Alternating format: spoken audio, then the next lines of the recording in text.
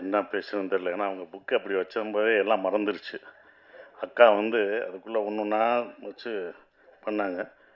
ஒரு 2010 நினைக்கிறேன், சாரு அவருடைய புத்தக விழாவில் அவங்க பக்கத்தில் தான் உட்காந்துருந்தேன். அதுக்கப்புறம் இப்போ தான் உட்காந்துருக்கேன். அப்பயும் இப்படி தான் குறிப்பு எடுத்துகிட்டு வந்தாங்க. நான் எதுவுமே எடுத்துகிட்டு வரல, படிக்கலை. திரும்பி திரும்பி பார்த்தேன், அதிலே பயம் வந்துருச்சு. இந்த தடவை நான் புத்தகத்தை படிச்சுட்டு வந்தேன். அன்னைக்கு அவங்ககிட்ட இருந்து கற்றுக்கிட்ட ஒரே ஒரு விஷயம், புத்தக விழா போனால் புத்தகத்தை படிச்சிடணுன்றத அப்போ நான் எடுத்துக்கிட்டேன். அதுக்கப்புறம் நான் அதை படிச்சுட்டு போகிற விஷயம். வந்த எல்லாருக்கும் நன்றி. எல்லாருமே வந்தது கடைசி நிமிஷத்தில் தான் சரவணன் சொன்னார், எல்லாருக்கும் சொன்னாருன்றீங்க. ஆனால் ஏன் உங்கள் எல்லாத்தையும் சொன்னான்னா, நீங்கள் தான் சொன்னால் வருவீங்க. அவர் கூப்பிட்டா வரக்கூடிய ஆள், நண்பர்கள் எல்லாருமே நீங்கள் தான். அதனால தான் உங்களை வேகமாக இந்த இதில் கூப்பிட்டாரு. அவர் தனக்குன்னு எதுவுமே கேட்கவே மாட்டார். அண்ணன் கோபாலண்ணன் வீட்டில் போய் அவர் ரொம்ப நேரம் பேசிகிட்டு இருந்தார். நான் ஃபோன் அடித்தேன், சரவணன் அவரை கூப்பிட்டீங்களா? இல்லை, வேறு பேசிட்டீங்க. கூப்பிடுங்க, இன்னைக்கு இப்போ ஃபங்க்ஷன் கூப்பிடுங்கன்னா கூப்பிட மாட்டேன்ட்டார். ஃபோனை கொடுங்க, நானாவது அவரை கூப்பிட்றேன் அப்படின்னு சொல்லி அப்புறம் சார்கிட்ட நான் தான் கூப்பிட்டேன். நான் தான் சார் உங்களை அழைச்சேன், அவரை நான் தான் அழைச்சேன். அண்ணே அதுக்கு தானே வந்திருக்காரு. இல்லை, நாங்கள் வேறு கதை பேசுகிறோமே. புத்தகம் ரிலீஸா எப்போ? அண்ணே இன்னைக்கு இத்தனாம் தேதி. அதை சொல்ல தானே வந்தவர் வேறு கதையாக பேசிகிட்டு இருக்கார். கடைசி வரைக்கும் சொல்ல, நான் சொல்லாட்டி அப்படியே வந்திருப்பார். தனக்காக எதையும் கேட்க மாட்டார், மற்றவங்களுக்காக கேட்குறது தான் சரவணன். அதுதான் உண்மை. ஏன்னா எனக்கு சரவணனை காமிக்கும்போது நான் அவரை பார்க்குறேன். எங்கன்னா ஆனந்த விகடன் வாசலில் பார்க்குறேன். நான் என்னோடய இன்விடேஷன், சுப்பிரமணியோட இன்விடேஷன் எல்லாருக்கும் கொடுத்துட்டு வந்தேன் ஆடியோ ஃபங்க்ஷனுக்கு. அப்போ என்னோடய பிஆர்ஓ பார்த்தார். அதான் சரவணன், அவன்கிட்ட மட்டும் நீ பேச்சே வச்சுக்கக்கூடாது. ஏன்னா நம்ம அமீர் அண்ணன் பிரச்சனை இல்லை, பருத்தி வீரன் வராமல் காரணம் இவர் எழுதின ஜூனியர் ஒன்றில் கட்டுரை தான். அதனால் நீ பேசியதா வாய் கொடுத்துடாதுன்னு நான் சரவணனை பார்த்து ஓடி ஓடி ஒளிஞ்சிருவேன். அந்த சரவணன் வந்தான்னா இந்த பக்கம் ஒளிவேன். நான் அவரோட சந்தித்ததே கிடையாது. அதுக்கப்புறம் ஒரு 2 வருஷம் கழித்து தான், நான் 1 வருஷம் 2010 தான் அவரை நான் சந்தித்தேன். இப்போ வரைக்கும் எங்கள் நட்பு அதுக்கப்புறம் விடாமல் தொடருது. அவருக்காக நான் நிற்கிறதும் இதுவும் தான். எல்லாருமே கேட்பாங்க, என்னுடைய நலம் விரும்பிகள்லாம் கேட்பாங்க, எதுக்கு சரவணன் அடுத்தடுத்து படம் கொடுத்துட்டே இருக்கீங்க ஏன் அப்படின்னு கேட்டுகிட்டே இருப்பாங்க. சத்யான்னு என் நண்பன் ஒருத்தன் நண்பரில் என்னோடய காஸ்டியூம் டிசைன் கூட கேட்பார். எல்லாருமே கேட்பாங்க, ஏன் சார் நீங்கள் அவங்களாம் ஏமாறாங்க, அவரை ஏன் நம்புறீங்கன்னு.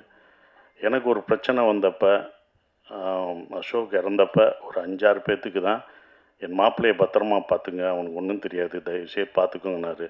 என் கூட கடைசி வரைக்கும் என்னை பார்த்துக்கு நிற்கிற சரவணன். அவனுக்கான உயிரே கொடுக்கணும். படம் கொடுக்குறதுல என்ன, அது ஃபெயிலியர் ஆனால் என்ன, தோல்வி அடைஞ்சா என்ன, அதை பார்க்கவே மாட்டேன். எனக்கு அப்போ நின்ன ஒருத்தர் இப்போ வரைக்கும் நின்றுட்டுருக்காரு. எனக்கு பிரச்சனைனா நிற்கும் போது ஃபோன் பண்ணும்போது ஒரு ஆறுதல் தான். நம்ம பணம் இழந்தப்போ நான் அடிக்கடி சொல்லுவேன், பணம் இழந்தப்போ நமக்கு அவன் காசு கொடுத்தலாம் அவர் எனக்கு உதவவே இல்லை, எந்த விதத்துலேயும் ஃபினான்ஷியல் சப்போர்ட் பண்ணலை. நான் தான் அதை முடிஞ்சேன், நான் தான் உழைச்சேன். ஆனால் சொல்கிறதுக்கு ஒரு நண்பர் இருக்கான் பாருங்க கூட. நமக்கு ஒரு பிரச்சனை வரும்போது எனக்கு இவ்வளோ ஃபீல் இருக்குது அப்படின்னு அப்படி சொல்லும் போது நம்ம அதிலேருந்து வெளியில் வந்துடுவோம். சார் கவலைப்படாதீங்க சார், உங்கள் நல்ல மனசுக்கு நல்லது நடக்கும் சார்னு சொல்லுவார். அப்போ நான் அதுதான் கொடுத்தேன். அப்போ தான் நந்தன் படம் வரும்போது நான் ஒரு சின்ன கேரக்டர் நடிக்க தான் போனேன். அந்த பிடிஓ ஆஃபீஸர் கேரக்டர் தான் என்னை கூப்பிட்டாரு. போய் இறங்கிட்டேன். பார்த்தா என்னங்க என்னென்னு ஷூட்டிங் நடக்காதுங்க என்னன்றது. ஆனால் அவர் தான் ப்ரொடியூசரு. இல்லை, எனக்கும் இதுக்கும் மனஸ்தாபம் வந்துருச்சு, ஹீரோவாக நடிக்கிறவருக்கும், அதனால் படம் பண்ணலை, கிளம்பணும். என்னங்க நீங்கள் இவ்வளோ பணம் போட்டுட்டு ஏங்க அப்படின்னேன். இப்போ என்ன பண்ணுறேன், சரி நான் ஹீரோவாக நடிக்கவான்னு கேட்டேன். நான் தான் அவர்கிட்ட கேட்டேன், அவரை நடிக்க வைக்கணும்னு கேட்கல. அவரை காப்பாற்றணும், போயிட்டு வர முடியாதுன்னு அந்த இடத்துல ஒரு தத்தளிச்சுட்டு ஒரு சூழ்நிலை இருக்கும்போது நான் நடிக்கிறேங்க அப்படின்னு சொல்லிட்டேன். ஆனால் அந்த கேரக்டர் எப்படி நடிக்கிறேன்னா நான் யோசிக்கவும் இல்லை, அவரும் யோசிக்கலை. இப்போ என்னென்னா ஒரு 7 நாள் டைம் கொடுங்க, அது வரைக்கும் ஹீரோயினை வச்சு எடுத்துக்கிட்டே இருங்க, ஏதாவது எடுத்துகிட்ருங்க, நான் 7 நாள் நான் என்னை தயார்படுத்திட்டு வரேன். நான் தயார்படுத்தி என்னை கருப்பாக்கி நடித்து நடித்ததான் நந்தன்ற அந்த படம். அந்த படம் நடித்து எனக்கு அப்போ அவர் அவ்வளோவா அப்பையும் ரிலீஸ் பண்ண முடியாமல் தத்தளிச்சும் போதும் நாங்கள் அதை எப்படியாவது கொண்டு வரணும்ட்டு தேட்டருக்கு கொண்டு அது எனக்கு நல்ல பேர் வாங்கி கொடுத்தது. அவர் இன்னும் எனக்கு தப்பான இடத்துலலாம் தள்ளி விட மாட்டார். நண்பன் என்றைக்கும் நம்மளை காப்பாற்ற தான் செய்வார். நல்ல பேர் வாங்கி கொடுத்தது. இன்று அந்த நந்தன் என்ன பண்ணுதுன்னா, அந்த கொடியேற்ற முடியாமல் ஆகஸ்ட் 15 கொடியேற்ற முடியாமல் இருக்கிற பஞ்சாயத்து தலைவர்கள், தலித் பஞ்சாயத்து தலைவர்கள்லாம், பிடிஓ எல்லாம் கவர்மெண்ட் ஒரு ஆர்டர் போட்டிருக்கு, ஜிஓ போட்டிருக்கு. அவங்க கண்டிப்பாக கொடியேற்றதை நீங்கள் வந்து ஆன்லைன் மூலமாக பார்க்கணும் அப்படின்னு சொல்லி அவங்க ஒருத்தவங்க ஃபோன் பண்ணி எனக்கு நன்றி சொல்லும்போது இதுதான் இந்த படம் எனக்கு கொடுத்தது. ஒவ்வொருத்தவங்க அந்த இதில் அழுதுட்டு ஒரு அம்மா நமக்கு எங்களால் ஏற்ற முடியலன்னு சொன்ன அந்த அம்மா நாங்கள் இந்த வருஷம் ஏற்றுறோன்னு சொன்னோம் பார்த்தீங்களா, காசு பணம் கொடுத்தா கூட அது வராதுங்க. அந்த கண்ணீர் எனக்கு கொடுத்தது ஆஸ்கார் அவருக்கு சமம். அது வாங்கிட்டேன் நான். அதுதான் எனக்கு கிடைச்சது. அவங்க கொடியேற்றினாங்கல்ல, அதுதான் அந்த படம் செஞ்சிருக்கு. ஒரு படம் என்ன செய்யணுன்றது ஒன்று இருக்குது. அந்த படம் அதை நடத்துச்சு. அது வியாபார ரீதியாக அவன் நடத்தணும்.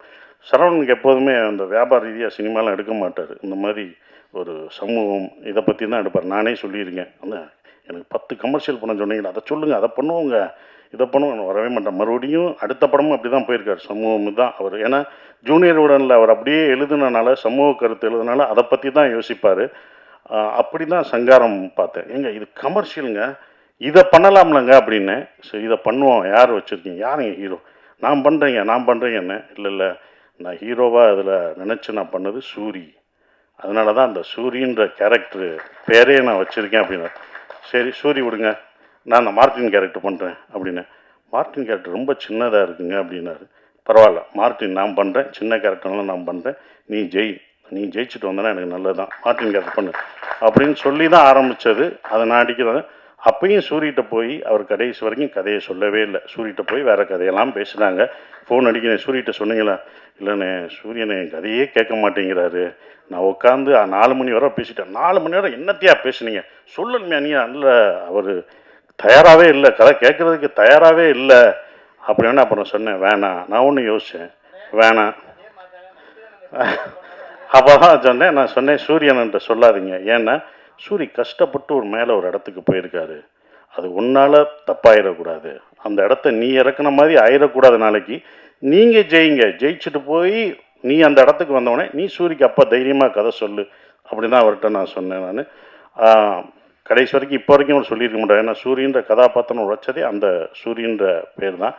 அதுக்கப்புறம் அந்த இதில் யார் நடிக்கணும் அப்படின்போது ஒரு மலையாள ஆர்டிஸ்ட் சொன்னார். அவர்கிட்ட போய் கதை சொல்லும்போது உன்னிமுந்தன் வேணும்னாரு. உன்னிமுந்தன்ட்ட போய் அந்த கதையை சொல்லும்போது அவர் திடீர்னு என்ன பண்ணுறார், சூரிய கேரக்டர் சொல்லுங்கள், மார்ட்டின் கேரக்டர் நல்லா இருக்குது, ஏன்னா நான் நடிக்கிறனால அவர் மார்ட்டின் கதையை நல்லா சொல்லுவேன், மார்ட்டினை பற்றி சொல்லுங்கள், இந்த மார்ட்டின் கேரக்டர் நான் பண்ணுறேன்னொடனே அவர்கிட்ட முழு கதையும் சொன்னேன். என்னங்க சொல்லிட்டு வந்தீங்க, ஏதோ உளறிட்டு வந்தீங்கன்னா, என்னங்க மார்ட்டினை சொல்கிறார், அது சின்ன கேரக்டர் தாளங்க, சூரிய தாளங்க ஹீரோ அப்படின்றான், அந்த தாளங்க பயங்கரமாக இருக்கும் அப்படின்னு. இல்லை நான் அதை தான் சொல்லிட்டு வந்தேன், அவரை தான். இல்லை நீங்கள் வந்து ஃபஸ்ட்டு, ஏன்னா 2 ஹீரோ சப்ஜெக்ட்டு, ஃபுல் கதையும் ஒரு ஹீரோட்ட சொல்லுங்கள் அப்படின்றது. கண்டிப்பாக அந்த சிங்காரம் படமாக எடுத்தால் பெரிய வெற்றி அடையும்ன்றது நம்பிக்கை இருக்குது. ஏன்னா நான் சுப்பிரமணியபுரம் எப்படி ஒரு ரவுடிசத்தை அப்படி கண் முன்னாடி உங்களை கொண்டு வந்த காமிச்சனோ, அதே மாதிரி தான் இந்த சங்காரம் படமாக எடுக்கக்கூடிய இது. ஏன்னா இந்த புக்கை படிக்கும்போது அது திரைக்கதை வடிவத்தில் தான் இருக்கும். நீங்கள் வந்து அது நாவல் எல்லாம் சொல்கிறாங்க, என்னை பொறுத்த வரைக்கும் அது ஒரு திரைக்கதை புத்தகமாக தான் இந்த சங்காரத்தை பார்க்குறேன். அப்படி இருந்த ஒரு புத்தகம் இது. வந்து அண்ணன் சொன்ன மாதிரி இங்கேயே நடத்துகிற இந்த புத்தகம் ஒரு புத்தகம், நல்ல புத்தகம், எங்கே நடத்தினாலும் போய் சேர்ந்துடும். அவர் தஞ்சாவூர் நடத்தினாலும் போய் சேரணும். அதுதான் அந்த புத்தகத்துக்கான ஒரு விஷயமாக பார்க்குறேன் நான். அப்புறம் இந்த புத்தக விலை நான் கண்டிப்பாக எல்லா இதுலேயும் போய் சொல்கிறது தான், விலையை குறைங்க, டிஸ்கவுண்ட்டு கொடுங்க அப்படின்னு. 550ன்னு வச்சுருக்கீங்க, 500ரூபானா ஈஸியாக நாங்கள் கொடுத்துடலாம். அதை எங்கே அப்பாஸ் இல்லையா சார், இங்கே இருக்காங்க, அங்கே நீங்கள் 2 பேரும், அதுதான் அவங்கள இங்கே வச்சுருக்கோம், ஆடை வெட்டுற மாதிரி ஒன்று வச்சுருக்கோம். இதுக்கு நீங்கள் டிஸ்கவுண்ட் இப்போயே கொடுக்கணும். ஏன்னா நான் என்ன சொல்லிட்டேன்னா, டிஸ்கவுண்ட் கொடுக்குறாங்கன்னு எங்கள் மாமா புத்தக கடை வச்சுருக்கார் மதுரையில், மீனாட்சி புத்தக நிலையம் வச்சுருக்கார். மாப்பிள்ளை நான் வர முடியாது, என்னால் வர முடியாதுப்பா, எனக்கு புத்தக வேலையெல்லாம் இருக்குது, இன்றைக்கி புத்தக எக்ஸிபிஷன், வர முடியாது மாப்பிள்ளைன்னு அருணாச்சலம் மாமா சொன்னார். புத்தக கடை வச்சுருக்கார் அவர், வரமாட்டேன். இல்லை மாமா, நீங்கள் இங்கே வந்தீங்கன்னா அவர் டிஸ்கவுண்ட்டு தருவாங்க, நீங்கள் ஒரு 30-40 புக்கை வாங்கிடலாம் அப்படின்னு வேறு கூப்பிட்டு அவனும் வந்துட்டார். முதல்ல அவர் தான் வந்தார். ஐயோ நம்ம வேறு சொல்லிட்டேன், மாமா வாங்கிடுவீங்கல்ல, எத்தனை புக்கு, 30 புக்கு, 40 கூட வாங்கிக்கோங்க, 30 வேறு புக்கு யாரெல்லாம் வாங்க, உங்களுக்கு வந்து ஸ்டால் வெளியில் இருக்குது, அதுக்கு நான் விளம்பரம் பண்ணுறேன் பாருங்கள், ஸ்டால் வெளியில் இருக்குது, 500 ரூபாய் கொடுப்பீங்களா, எவ்வளோ சார், சார் என்ன வாயை திறக்க மாட்டீங்க, கொடுக்குறேன்ட்டாங்க, போய் நம்ம வாங்கிடலாம். அப்படியா,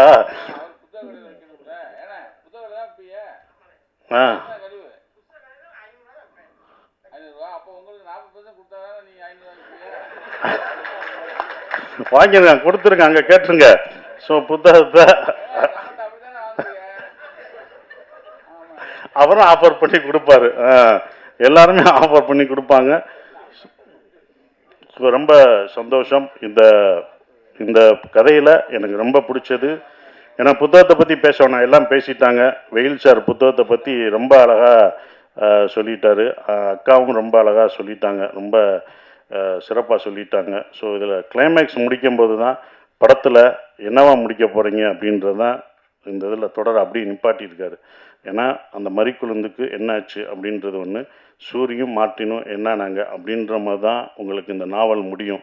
முடித்தவொன்னே என்ன அடுத்த நாவல் எப்போன்னு கேட்பீங்க. கண்டிப்பாக கேட்பீங்க.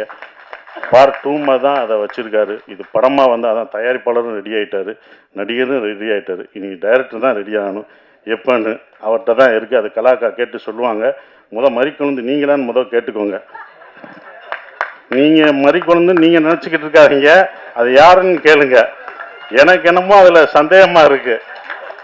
நீ கேளுக்கா, நீ இப்படி சிரிச்சிட்டே இருக்காத, நான் உன்னை வந்து எல்லா தடவையும் சப்போர்ட் பண்ண முடியுமா? அந்த மறிக்குழுந்து எனக்கு என்னமோ எழுத்துலையோ அதுலையோ நீங்களாக இருப்பீங்களான்னு தெரியல. அதை விளக்கணும் சார். அது நீ கலாவை நினச்சின்னு என்கிட்ட கதைலாம் விடக்கூடாது. அது அவங்க நம்புவாங்க, கலாக்கா நம்புவாங்க, இவங்கெல்லாம் நம்புவாங்க, நான் நம்ப மாட்டேன். அந்த மறிக்குழுந்து யாருன்னு சொல்லி ஓகே யாரு? ஸோ ரொம்ப சந்தோஷம். இது வந்து எங்கள் குடும்ப விழா மாதிரி தான். இது வந்து ஒரு புத்தக விழா மாதிரி நான் பார்க்கவே இல்லை. அதனால தான் எல்லாமே ரொம்ப ஜாலியாக எல்லாமே நீங்களும் நாங்களும் எல்லாம் பேசிகிட்டு இருக்கோம். இது ஒரு குடும்ப விழாவாக பார்க்குறோம். சரவணன் என்றைக்கும் வெற்றி பெறணும், அதுதான் எனக்கு. அதுக்கு நான் எப்போதும் உறுதுணையாக இருப்பேன். நல்ல நல்ல படங்கள் இந்த மாதிரி கமர்ஷியல் நாள் வச்சுருக்காரு, எடுத்து விடுங்க.